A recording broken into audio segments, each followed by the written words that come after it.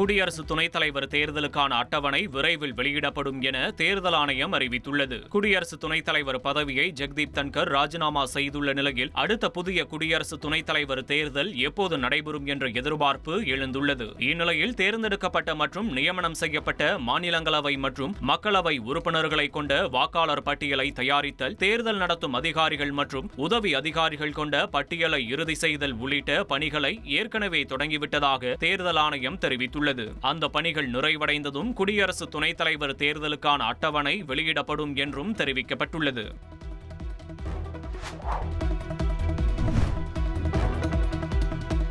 பீகார் வாக்காளர் பட்டியல் உள்ளிட்ட பிரச்சினைகளை எழுப்பி மக்களவையில் எதிர்க்கட்சி எம்பிக்கள் அமளியில் ஈடுபட்ட நிலையில் சபாநாயகர் ஓம் பிர்லா கடும் எச்சரிக்கை விடுத்தார்.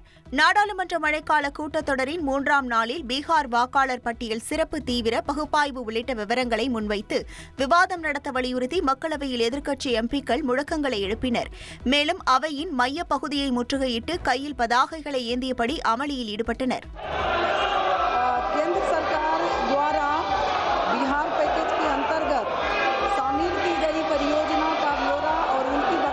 அப்போது குறுக்கிட்ட சபாநாயகர் ஓம் பிர்லா, மக்கள் தங்களின் பிரச்சினைகளை எழுப்புவதற்காக நாடாளுமன்றத்திற்கு அனுப்பி வைத்துள்ள நிலையில் தெருவில் செய்ய வேண்டியதை நாடாளுமன்றத்திற்குள் செய்து கொண்டிருப்பதாக தெரிவித்தார்.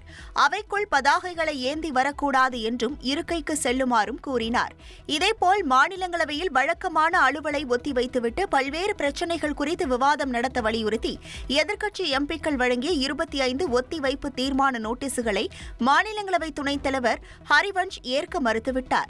இதற்கு எதிர்ப்பு தெரிவித்து எதிர்க்கட்சி எம்பிக்கள் கடும் அமளியில் ஈடுபட்டனர்.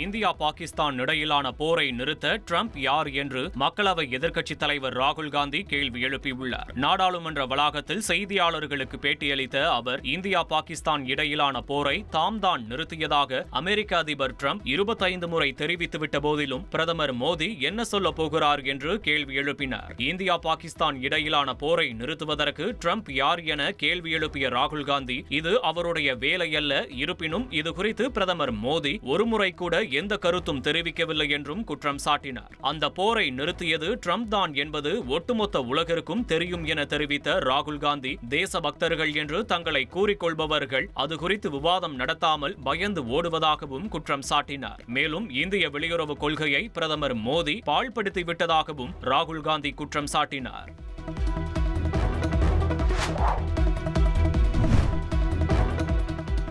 உங்களுடன் ஸ்டாலின் திட்டப்பணியின் முன்னேற்றம் குறித்து முதலமைச்சர் ஸ்டாலின் காணொலி காட்சி வாயிலாக ஆலோசனை நடத்தினார். மருத்துவமனையில் இருந்தபடி பங்கேற்ற ஆலோசனையில் கன்னியாகுமரி, கோவை, காஞ்சிபுரம் மாவட்ட ஆட்சியர்கள் பங்கேற்றனர். இதுவரை முகாம்கள் மூலம் பெறப்பட்ட மனுக்களின் எண்ணிக்கை, தீர்வு காணப்பட்ட மனுக்களின் விவரங்கள் குறித்து கேட்டறிந்தார். மனு வழங்க முகாமிற்கு வந்திருந்த பயனாளிகளிடம் காணொலி காட்சி மூலம் முதல்வர் ஸ்டாலின் கலந்துரையாடினார். உங்க பேர் என்னமா? பாக்கியலட்சுமி. இந்த கேம்ப் நடக்கிறது எப்படி உங்களுக்கு தெரிஞ்சது? எப்படி நீங்க வந்தீங்க? வீடு வீடா கொண்டு வந்து கொடுத்தாங்க. சரி சரி சரி. ரொம்ப பயனா இருந்துச்சுங்க. ரொம்ப ஈஸியா இருந்துச்சு. நல்லா பண்ணி கொடுத்துட்டு இருக்காங்க. சரிம்மா. இந்த இதுக்காக எவ்வளவு நாள் காத்துட்டு இருந்தீங்க? இன்னைக்கு தான் பண்ணாங்க. இன்னைக்கே வந்து மாத்தி கொடுத்துட்டாங்க. மாத்தி கொடுத்துட்டாங்க இல்லையா? ஆமா. நல்ல முறையா பண்ணி கொடுத்துட்டாங்க. சரி சரி சரி. இது குறித்து எக்ஸ் தளத்தில் பதிவிட்டுள்ள முதலமைச்சர் ஸ்டாலின், உங்களுடன் ஸ்டாலின் முகாம்கள் குறித்து மாவட்ட ஆட்சியர்கள் மற்றும் பொதுமக்களிடம் கேட்டறிந்ததாக குறிப்பிட்டுள்ளார். மருத்துவர்கள் அறிவுறுத்திய ஓய்வுக்கு பிறகு விரைவில் உங்களை சந்திக்க உங்கள் மாவட்டங்களுக்கு வருவேன் என முதல்வர் ஸ்டாலின் பதிவிட்டுள்ளார்.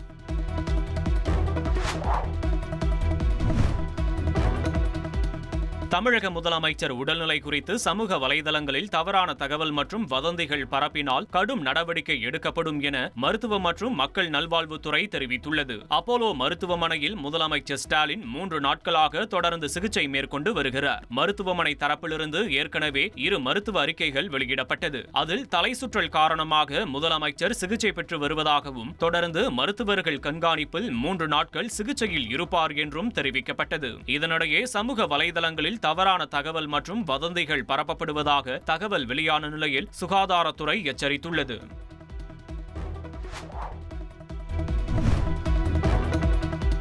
பீகார் மாநில சட்டப்பேரவை கூட்டத்தொடர் நடைபெற்று வரும் நிலையில் எதிர்க்கட்சித் தலைவர் தேஜஸ்வி யாதவை பார்த்து தாமே ஒரு குழந்தை, தமக்கு என்ன தெரியும் என முதல்வர் நிதிஷ்குமார் கேள்வி எழுப்பினார். சட்டப்பேரவை வளாகத்தில் தேர்தல் ஆணையம் மேற்கொண்டு வரும் வாக்காளர் பட்டியல் சிறப்பு திருத்தத்திற்கு எதிராக ராஷ்டிரிய ஜனதா தளம் உள்ளிட்ட எதிர்க்கட்சிகள் தொடர்ந்து போராட்டம் நடத்தி வரும் நிலையில் சட்டப்பேரவைக்குள் இது தொடர்பாக முதலமைச்சர் நிதிஷ்குமாருக்கும் எதிர்க்கட்சித் தலைவர் தேஜஸ்வி யாதவிற்கும் இடையே காரசாரமான விவாதம் நடைபெற்றது. அப்போது முதலமைச்சர் நிதிஷ்குமார் தேஜஸ்வி யாதவின் தந்தையான லாலு பிரசாத் யாதவ் மற்றும் தாய் பீகாரில் 10 ஆண்டுகள் ஆட்சி புரிந்த போதும் மாலை பொதுமக்கள் வீட்டை விட்டு வெளியே வர முடியாத நிலை இருந்ததாக குறிப்பிட்டு பல விமர்சனங்களை முன்வைத்தார்.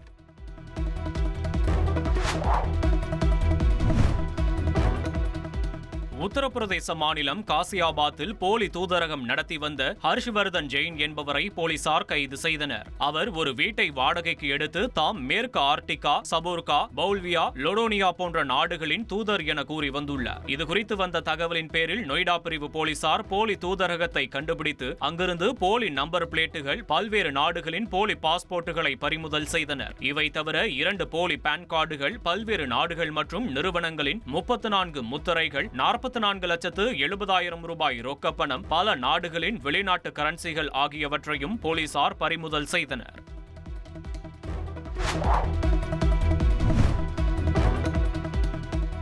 ஜம்மு காஷ்மீரின் ராஜோரியில் வெள்ளம் பெருக்கெடுத்து ஓடிய ஆற்றின் நீர்மட்டத்தில் சிக்கிய சிறுவன் ராணுவ ஹெலிகாப்டர் மூலம் பத்திரமாக மீட்கப்படும் காட்சிகள் வெளியாகியுள்ளன.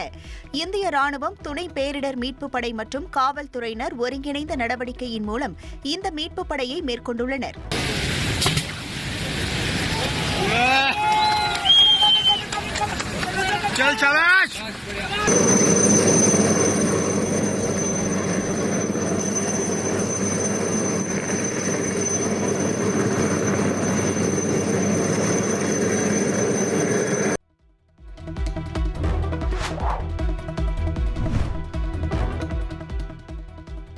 மறைந்த கேரள முன்னாள் முதல்வரும் இடதுசாரி மூத்த தலைவருமான VS அச்சுதானந்தனின் உடல் முழு அரசு மரியாதையுடன் ஆலப்புழாவில் தகனம் செய்யப்பட்டது. வயது மூப்பு காரணமாக கடந்த திங்கட்கிழமை காலமான அச்சுதானந்தனின் உடல் திருவனந்தபுரத்திலிருந்து ஆலப்புழாவின் புன்னப்பராவில் உள்ள அவருடைய பூர்வீக இல்லத்திற்கு அலங்கரிக்கப்பட்ட வாகனத்தில் செவ்வாய்க்கிழமை கொண்டுவரப்பட்டது. தேசிய நெடுஞ்சாலையில் வழிநெடுகிலும் பொதுமக்கள் அஞ்சலி செலுத்தியதால் 22 மணி நேர பயணத்திற்கு பின் அச்சுதானந்தனின் உடல் புன்னப்பராவில் உள்ள அவருடைய இல்லத்தை வந்தடைந்தது. அங்கு பொதுமக்கள் ஏராளமானோர் அஞ்சலி செலுத்திய பிறகு புன்னப்ரா வயலார் தியாகிகள் நினைவிடத்தில் அவருடைய உடல் தகனம் அரசு மரியாதையுடன் செய்யப்பட்டது.